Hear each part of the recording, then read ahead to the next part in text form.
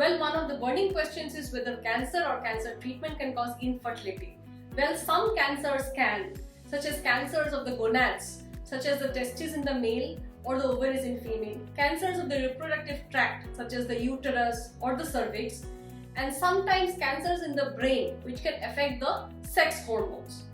Besides, some cancer treatments, such as surgery involving the gonads or the reproductive tract, some chemotherapy regimens, especially involving alkylating agents, and sometimes radiation therapy can also cause infertility. However, nowadays we have fertility preserving surgery, modern chemotherapy regimen, immunotherapy, targeted therapy which do not cause infertility. Some of the early signs of cancer include abnormal bleeding or discharge, unexplained weight loss. A thumb rule would be more than 10% weight loss in the last 6 months, persistent cough or hoarseness for more than 4 weeks, sudden loss of appetite or new onset dyspepsia that is lasting more than 4 weeks, a change in a wart or a mole in the skin, altered bowel habits for more than a month, and a sore that does not heal. These are the some common signs of cancer. Besides, some cancers can present with unusual symptoms like fever or fatigue because of some chemicals which are secreted by the cancer cells.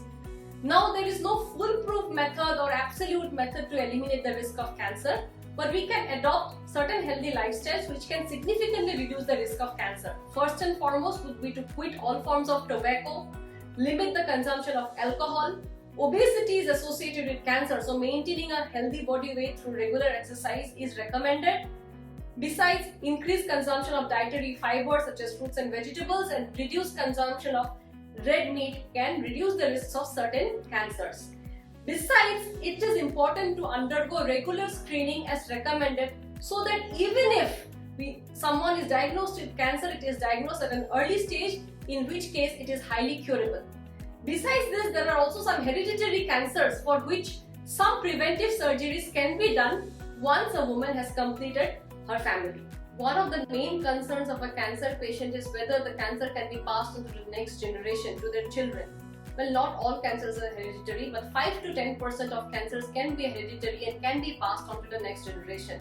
Just having a family member with cancer does not mean that it is hereditary. There are certain characteristics of hereditary cancer, such as multiple family members on the same side of the pedigree are affected by cancer, clustering of cancer cases in a family which is known to be caused by a single gene mutation, multiple cancers in the same individual, unusual presentation of cancer such as breast cancer in a male, early onset of cancer at a younger age is generally caused by hereditary cancers.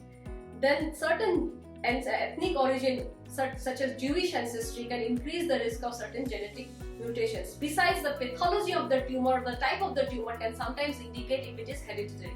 Now, once hereditary cancer is confirmed by genetic testing, genetic counseling is mandatory so that the prospective parents can make an informed choice and undergo regular screening. ART or assisted reproductive technique has undergone rapid advances in the recent years. Previously, the success rate was not very high, but now with recent techniques such as intracytoplasmic sperm injection, almost 50% success rate can be achieved. Nowadays, besides sperm cryopreservation, we also have oocyte cryopreservation and embryo banking. There is no evidence to date that artificial reproductive techniques causes any increase in the congenital malformation or developmental anomalies.